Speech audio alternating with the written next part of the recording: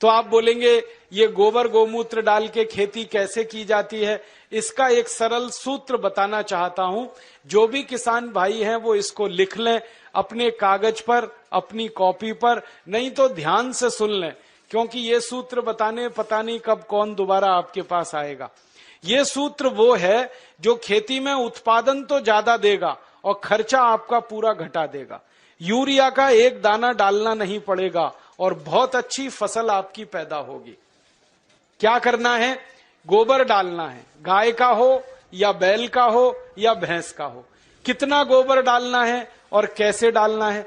अभी कई बार हम गोबर डालते हैं तो क्या करते हैं, गोबर को इकट्ठा करते हैं, एक खड्डे में भरते जाते हैं, वो सूखता रहता है, फिर जब सूख जाता है तो उठाकर खेत में डाल देते हैं। ये सूखा हुआ गोबर मत डालो, इससे कोई फायदा नहीं है। गोबर अगर खेत में डालना है तो गीला डालो, वो सबसे ज्यादा फायदा करता है। ऐसे में एक बात समझाऊं आपको, मैं आपको एक सूखी रोटी दूं खाने के लिए, आप जल्दी नहीं खा पाएंगे, और उसी रोटी को दूध में डाल के दे दूं, फटाफट खा लेंगे। एक सूखी रोटी दे दूं, नहीं खा पाएंगे, दाल में डाल के दे दूं, जल्दी खा लेंगे। गीली चीज जल्दी हजम होती है, मिट्टी को भी और शरीर को भी। तो खेत की मिट्टी में गोबर डालो तो गीला करके डालो। आप बोलेंगे कैसे करना है? 1 एकड़ खेत अगर हमारे पास है मान लो, तो 1 एकड़ खेत के लिए 15 किलो गोबर चाहिए, गाय का या बैल का या भैंस का। अब 15 किलो गोबर चाहिए और 15 लीटर मूत्र चाहिए, गाय का या तो बैल का या तो भैंस का। अब आप कहोगे गोबर इकट्ठा करना तो आसान है, मूत्र कैसे इकट्ठा करें? मूत्र इकट्ठा करना भी आसान। गाय बैल भैंस जब मूत्र देते हैं ना तो उसका समय एकदम पक्का है। गाय के बछड़े और बछड़ी को दूध पीने के लिए छोड़ो, तुरंत पेशाब करती है, डब्बा लगा के भर लो। ऐसे ही बैल करता है, ज्यादा देर बैठ के बैल खड़ा होगा, पेशाब करेगा, डब्बा भर लो। तो मूत्र ऐसे इकट्ठा कर सकते हैं। दूसरा एक तरीका है कि जहां जानवरों को हम रखते हैं वहां पत्थर बिछा दो, ईंट बिछा दो, थोड़ा पक्का कर दो, सीमेंट लगा दो, ढाल बना दो, एक नाली बना दो, नाली में खड्डा बना दो, तो जो भी मूत्र गिरेगा वो खड्डे में इकट्ठा हो जाएगा। और गाय के मूत्र की, बैल के मूत्र की, भैंस के मूत्र की विशेषता है कि इसकी एक्सपायरी डेट नहीं होती, ये खराब ही नहीं होता। 1 साल, 2 साल, 10 साल, 20 साल, 50 साल कभी खराब नहीं होता। तो भरे रहा है गड्ढे में, कोई फर्क नहीं पड़ेगा, बस उस गड्ढे में से उठाते रहो। 15 किलो गोबर, 15 लीटर मूत्र, दोनों को मिला लो, हाथ से ही मिला लो। एक प्लास्टिक का ड्रम ले लो, उसमें मिला लो। मिलाने के बाद इसमें 1 किलो गुड़ डाल दो, गुड़। और गुड़ ऐसा डालना जो पुराना हो, जिसको कोई खाता ना हो, काला काला हो जाता है, एकदम पानी जैसा, जिसको हम छूना भी पसंद नहीं करते, वो गुड़ इसमें डाल दो 1 किलो। और 1 किलो डाल दो कोई भी दाल का आटा या चोकर। चोकर समझते हैं? गेहूं का आटा छानने के बाद जो निकलता है, क्या कहते हैं उसको? चोकर कहते हैं। वो डाल दो 1 किलो। या अगर सस्ती दाल हो घर में उत्पादन की हुई तो उसको पीस के 1 किलो डाल दो। तो 1 किलो चोकर या 1 किलो दाल का आटा। और इसमें डालो 1 किलो मिट्टी। मिट्टी कहां से लानी है? पीपल के पेड़ के नीचे की मिट्टी या बरगद के पेड़ के नीचे की मिट्टी। तो 1 किलो मिट्टी, 1 किलो दाल का आटा, 1 किलो गुड़, 15 लीटर मूत्र, 15 किलो गोबर, ये 5 चीजें एक ड्रम में मिला दो। मिलाने के बाद 15 दिन इस ड्रम को छांव में रखो, धूप में मत रखना, छांव में, पेड़ के नीचे रख दो। छांव में रखने के बाद 15 दिन में खाद तैयार हो जाएगा। फिर इस खाद में 200 लीटर पानी मिलाओ और पानी मिला के जो घोल तैयार हुआ, इस घोल को खेत की मिट्टी पे छिड़क दो। अगर खेत खाली है तो सीधे छिड़क दो, और खेत में फसल खड़ी है तो पानी के साथ इसको लगा दो। फसल में आप पानी देते हो ना, उसमें डब्बे से मिलाते जाओ, पूरे खेत में पहुंच जाएगा। अब ये खाद गोबर, गोमूत्र, दाल का आटा, गुड़ और मिट्टी वाला जो तैयार होता है ना, ये यूरिया से 6 गुना ज्यादा ताकतवर है। हमने इसकी प्रयोगशाला में जांच कराई तो यूरिया डीएपी में जितनी ताकत है मिट्टी को देने के लिए, उससे 6 गुनी ज्यादा ताकत इसमें है। इसलिए इससे उत्पादन ज्यादा आता है। और इस खाद को हर 21 दिन में खेत में डालते जाओ। हर 21 दिन में अगर आपने डाला तो पूरे साल की एक साइकिल बन जाती है। जैसे 3 महीने की फसल है तो 4 बार डलेगा, 4 महीने की फसल है 5 बार डल जाएगा, 6 महीने की फसल है 7 बार डल जाएगा। हर 21 दिन पर यह खाद डालते जाओ। परिणाम क्या होगा? मिट्टी बहुत अच्छी हो जाएगी आपकी। और ये खाद डालने से मिट्टी में केंचुए बहुत हो जाते हैं। और केंचुओं के बारे में आप जानते हैं, केंचुए मिट्टी में ऊपर नीचे घूमते हैं और मिट्टी को खोदते रहते हैं। और केंचुए मिट्टी को भुरभुरा बनाते हैं, पोला बनाते हैं। फिर बारिश का पानी जब गिरता है मिट्टी पे तो एक एक बूंद पानी नीचे चला जाता है। अगर केंचुए ज्यादा हो तो पानी पूरा नीचे चला जाता है, माने बहकर बेकार नहीं जाता है। और केंचुए ज्यादा है ना, तो केंचुए क्या करते हैं? मिट्टी खाते हैं और जो कुछ भी वो निकालते हैं मल के रूप में, वो दुनिया की सबसे अच्छी खाद है। तो आपके खेत की मिट्टी में केंचुओं की संख्या बढ़ाओ, और वो गोबर की खाद से बढ़ती है, क्योंकि केंचुए को गोबर पसंद है। अगर आप एक बार गोबर की खाद डाल दोगे, कहीं से भी केंचुआ घूमता हुआ खेत में आ जाएगा। और केंचुआ बड़ा विचित्र जीव है, 24 घंटे काम करता है, कभी छुट्टी नहीं करता, कभी संडे नहीं, कभी मंडे नहीं, और फोकट में काम करता है। कभी टीए नहीं, कभी डीए नहीं, कभी एचआरए नहीं, न छुट्टी लेता है न तनख्वाह लेता है। और ऐसा विचित्र जीव है ये केंचुआ कि साल भर ये जिंदा रहता है और साल भर में 1 लाख बच्चे पैदा करके ही मरता है। वो ये नहीं मानता हम दो हमारे दो, वो एक केंचुआ 1 लाख पैदा करता है। तो खेत में एक केंचुआ आया तो 1 लाख हो गए, 1 लाख और 1-1 लाख करेंगे तो संख्या बढ़ती जाएगी। और जिस खेत में केंचुए ज्यादा हैं वहां की मिट्टी तो सोना पैदा करती है, ये सारे दुनिया के वैज्ञानिक मानते हैं।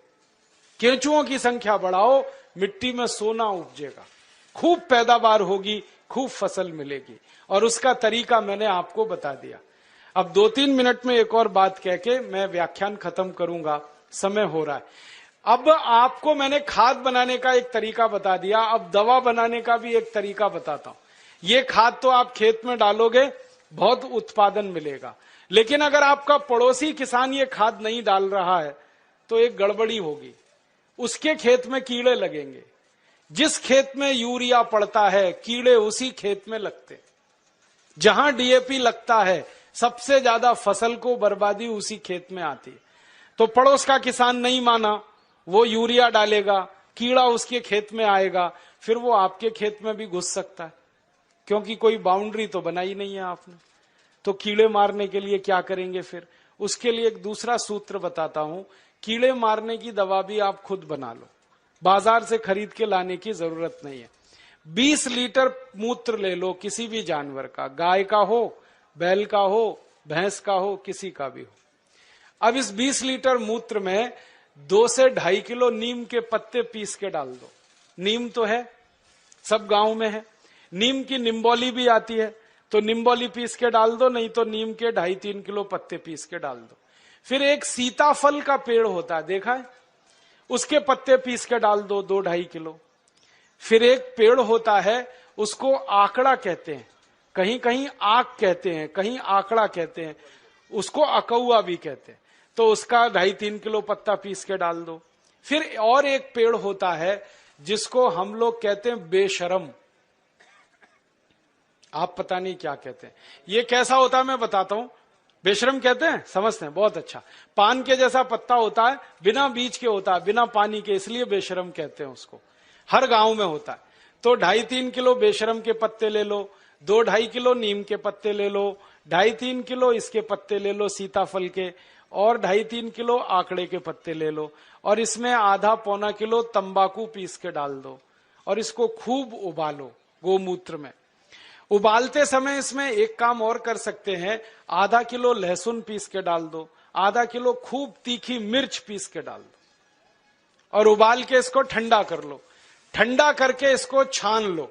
अब जो घोल बन गया है इसमें 200 लीटर पानी मिला दो, और ये 1 एकड़ फसल को किसी भी तरीके से सुरक्षित रख सकता है। और इसको स्प्रे कर दो खेत में। दवा तैयार हो गई। अब इस दवा को जब छिड़कना है तब छिड़क लो, बना के रखना है तो बना के रख लो। एक एक साल, दो दो साल ये दवा खराब नहीं होती, क्योंकि इसमें कोई भी ऐसी चीज नहीं है जिसकी एक्सपायरी डेट हो। तो कीटनाशक दवा बना लिया और खाद बना लिया। और अब तीसरा एक काम और कर लेना कि बीज जब खेत में डालते हैं तो बीज को खेत में डालने से पहले संस्कारित कर लेना। और संस्कारित कैसे करना? मान लो बीज लगाना है हमको गेहूं का, तो गेहूं का बीज लेना, पहले बीज बोने से 2 दिन पहले उसको 1 किलो गोबर, 1 लीटर मूत्र और 100 ग्राम चूना, चूना आप समझते हो, कलई चूना, 100 ग्राम कलई चूना, 1 किलो गोबर, 1 लीटर मूत्र, ये तीनों को मिला लो। कलई चूना को मिलाने का तरीका है कि पहले उसको पानी में डालो, खूब पानी को वो गर्म कर देगा, फिर ठंडा हो जाए तब उसको गोबर और मूत्र में मिला लो। मिला के ये घोल में गेहूं का बीज डाल दो और रात में डाल दो, सवेरे उस बीज को निकाल लो, निकाल के उस बीज को छांव में सुखा दो, और छांव में जब बीज सूख जाए फिर उसको खेत में लगाओ। तो इस बीज पर कभी भी कीड़ा नहीं आता, कोई कीट नहीं लगता, इतना बड़ा इंतजाम पहले ही हो जाता है, तो खर्चा बच गया और उत्पादन ज्यादा आता है।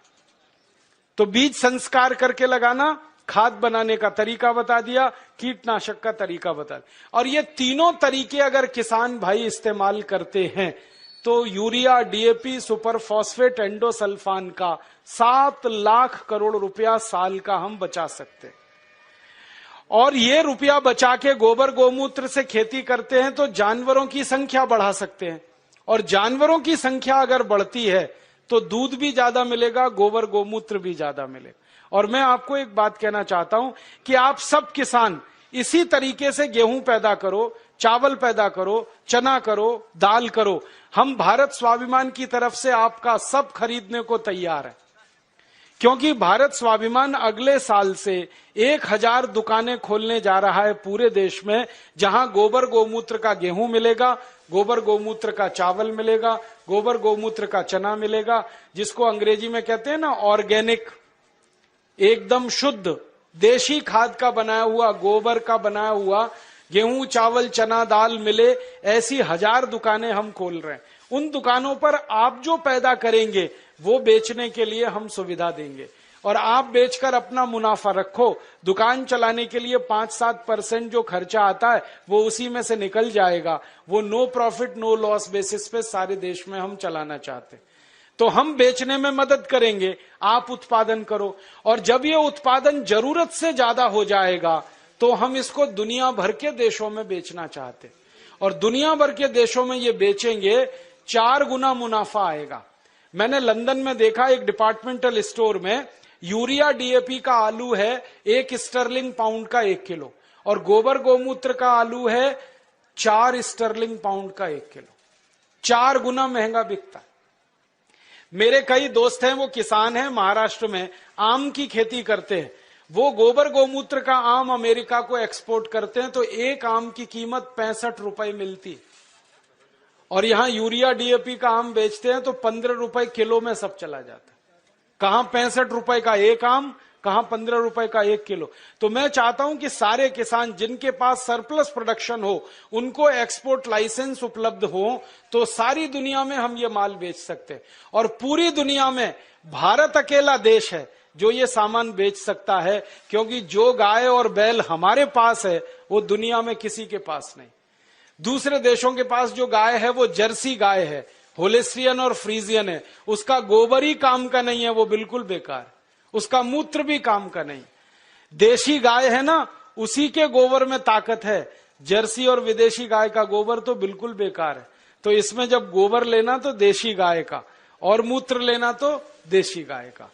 और एक छोटी सी आखिरी बात कहता हूं किसानों के लिए, कि जिस गाय का गोबर गोमूत्र खेत में डालो 7 लाख करोड़ बचे, इसी गाय का, देशी गाय का मूत्र अगर आप पीना शुरू करो तो 6 लाख करोड़ और बचेगा, बीमारी ही नहीं आएगी। और गाय का मूत्र पियो तो सब बीमारी मिट जाएगी। मैं पिछले 12 साल से परीक्षण करता हूं, 48 बीमारियां हमारे शरीर की ऐसी हैं जो गाय के मूत्र से जड़ से ठीक हो जाती हैं। Tuberculosis, diabetes, arthritis osteoarthritis, rheumatoid arthritis, bronchitis, bronchial pneumonia, ऐसी खतरनाक 48 बीमारियां गाय मूत्र पीने से जड़ से ठीक हो जाती। आप बोलेंगे कैसे पीना है? आधा कप गाय का मूत्र सवेरे सवेरे खाली पेट पीना है, सवेरे सवेरे रोज बस, और देशी गाय का पीना है। 3-4 महीने लगातार पी लो, सब बीमारी मिट जाएगी। आंखों में बीमारी है तो एक एक बूंद गाय का मूत्र आंखों में डाल लो, आंखों की बीमारी मिट जाएगी। कान में बीमारी है, कान में डाल लो, कान की बीमारी मिट जाएगी। सिर के बाल अगर झड़ते हो और बहुत ज्यादा रूसी आती हो, डैंड्रफ, गोमूत्र को पानी में मिला के बाल की मालिश कर लो, वो भी बीमारी मिट जाएगी। पांव में ठेक पड़ जाती हैं कई बार, और पांव कट जाते हैं, फट जाते हैं, क्रैक्स, गाय मूत्र की मालिश करके रात को सो जाओ, ये बीमारी भी मिट जाएगी। खाज हो जाए, खुजली हो जाए, गोमूत्र की मालिश करो, खाज खुजली मिट जाएगी। दाद हो गया, एक्जिमा, सोराइसिस, उस पे मालिश करो, वो भी मिट जाएगी। ऐसी बीमारी नहीं जो गोमूत्र से ना मिटे, बस इसको पीना है और लगाना है। अब बहुत लोग कहते हैं गोमूत्र पिएंगे कैसे, उसमें बास आती है। तो मुझे ये बताओ, दारू कैसे पी लेते हो? उसमें तो और भी बास आती है। दारू की बोतल पे बोतल गटक सकते हैं तो गोमूत्र क्यों नहीं पी सकते? बस आधा कप पीना है। और आपको एक बहुत अच्छी बात बताता हूं कि जो लोग आधा कप गोमूत्र रोज पी सकते हैं, उनकी दारू छूट जाती है, क्योंकि गाय के मूत्र में भी सल्फर है और बहुत अधिक मात्रा में। दारू छूटती है, बीड़ी छूटती है, शराब, गुटखा, मावा, पान पराग सब छूट जाता है। और कभी कभी मुंह खराब हो जाता है ना, गुटखा खा खा के, और इतना खराब हो जाता है कि मुंह में फोड़ा हो जाता है, जिसको हम कैंसर की पहली स्टेज कहते हैं। उसमें गोमूत्र मुंह में भरो, ऐसे ऐसे मुंह में भर के उसको घुमाओ और कुल्ला करना शुरू कर दो, वो फोड़ा भी मिट जाता है। लेकिन इसका मतलब ये नहीं है कि गोमूत्र से मुंह का फोड़ा मिटा के फिर गुटखा खाएं, छोड़ देना ही अच्छा है। तो आप इस गोमूत्र का दवा के रूप में इस्तेमाल करो, व्यसन को छोड़ने में इस्तेमाल करो, शरीर की बीमारियों को दूर करने में इस्तेमाल करो। माताएं बहनें यहां बैठी हैं, उनको एक बात बताने का दिल कर रहा है कि बहुत सारी माताओं बहनों को जब गर्भावस्था होती है ना, तो डॉक्टर कई बार कहता है कि सीजेरियन ऑपरेशन कराओ, नहीं तो बच्चा नहीं आएगा। और उसके 20 बहाने वो बताते, कभी कहेंगे जगह छोटी है, कभी कहेंगे ये बीमारी, कभी वो ये। आप कुछ मत करो, बस एक काम करना, किसी गाय की बछड़ी का मूत्र लेना आधा कप, और उसमें 100 ग्राम गोबर उसका घोल लेना। गोबर मूत्र घोल के उसको कपड़े से छान लेना। और जिस मां को गर्भावस्था है और डॉक्टर चिल्ला रहा है कि ऑपरेशन कराओ, ऑपरेशन मत कराना, वो पिला देना उसको। 2-3 घूंट सुबह, 2-3 घूंट दोपहर, 2-3 घूंट शाम। रात को बच्चा अपने आप बड़े आराम से बाहर आ जाएगा, कोई ऑपरेशन नहीं करना पड़े। मैंने हजारों माताओं बहनों की डिलीवरी इस गोबर गोमूत्र से फोकट में कराई। और ये गोबर गोमूत्र में इतनी ताकत है, मैं आपको एक मेडिकल टर्मिनोलॉजी को सरल भाषा में समझाता हूं। बच्चा कई बार उल्टा हो जाता है गर्भाशय में, तो डॉक्टर कहते हैं अब तो कोई इलाज नहीं, काटना ही पड़ेगा पेट। गोबर गोमूत्र की 3 डोज दे दो, वो उल्टा बच्चा सीधा हो जाता है। गाय के मूत्र में इतनी ताकत है, इसलिए आप इसको पीना शुरू करो, पिलाना शुरू करो। इसका इलाज सबसे अच्छा है, खर्चा कुछ नहीं है, पैसे कोई जाने वाले नहीं, गाय अपने पास है। अब मैं क्यों कह रहा हूं ये बात, बार बार आप गाय का मूत्र पियोगे, अपनी बीमारी ठीक करोगे, तो आपके मन में गाय के प्रति श्रद्धा बढ़ेगी। अभी तक तो आप दूध पीते थे, लेकिन दूध तो गाय हमेशा देती नहीं है, तो उस गाय को कसाई को बेच देते हैं। अब मूत्र तो जिंदगी भर देगी। तो मैं किसानों से कहता हूं, गाय को दूध के लिए मत पालो, मूत्र के लिए पालो। दूध मिले तो बोनस है, मूत्र असली है। और जो गोमूत्र पीना शुरू किया, आंख में डालना शुरू किया, बीमारी मिटती है। आंखों की एक बीमारी है जो दुनिया में कभी ठीक नहीं होती, उसको रेटिनल डिटैचमेंट कहते हैं। अमेरिका में भी इलाज नहीं है उसका। और एक ग्लूकोमा, बिना ऑपरेशन ठीक ही नहीं होता। ये दोनों बीमारी एक एक बूंद गोमूत्र से 3 महीने में जड़ से मिट जाती है। जिनको चश्मे चढ़ गए ना, चश्मा उतारना है तो गोमूत्र डाल लो तो चश्मा उतर जाता है। सब तरह की बीमारी आपकी खत्म करता है गाय का मूत्र, क्योंकि गोमूत्र में 18 तरह के रासायनिक तत्व हैं। सल्फर उसमें है, कैल्शियम उसमें है, आयरन उसमें है, मैग्नीशियम उसमें है, मैग्नीज उसमें है, भगवान के दिए हुए हैं, प्रचंड मात्रा में है, मुफ्त में है और बिना किसी साइड इफेक्ट के। तो गोबर गोमूत्र को खेत में डालो तो यूरिया का खर्च बचेगा, शरीर में पियो तो 6 लाख करोड़ की बीमारी का खर्च बचेगा। तो खाली गाय से ही एक साल में इस देश का 15 लाख करोड़ का फायदा हम करा सकते हैं। और ये ताकत हम में से हर किसान में है, और ये ताकत का अंदाजा किसानों को लग जाए तो भारत देश को सोने की चिड़िया बनने से कोई नहीं रोक सकता, और हमको आगे आने से कोई नहीं रोक सकता। हम तो पैदा करके दुनिया को खिला सकते हैं, इतनी ताकत गाय के गोबर और मूत्र में। बस अब एक काम करना, एक संकल्प लेके यहां से उठना कि गाय पालेंगे, उसको कसाई को नहीं बेचेंगे। मुझे दुख इस बात का है, गाय पालता है हिंदू, काटता है कसाई। क्यों? हिंदू बेच देता है, कसाई काट देता है। और हिंदुओं को पूछो भाई गाय क्यों बेची, कहने लगे जी दूध नहीं देती। दूध तो थोड़े दिन के बाद अपनी अम्मा भी नहीं देती, उसको भी बेचोगे?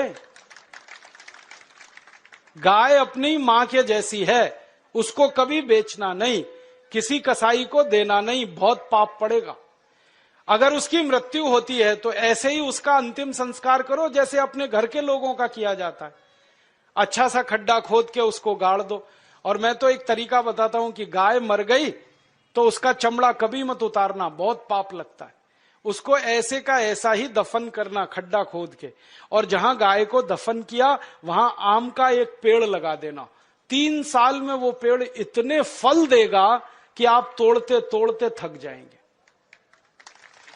मैंने ये किया है, गाय का शरीर जिस मिट्टी में दफन हुआ वहां आम का पेड़ लगा दिया और दूर एक दूसरा आम का पेड़ लगा दिया। उस आम के पेड़ पे 100 फल आते हैं, तो गाय के शरीर वाले आम के पेड़ पे 400 से 500 फल आते हैं।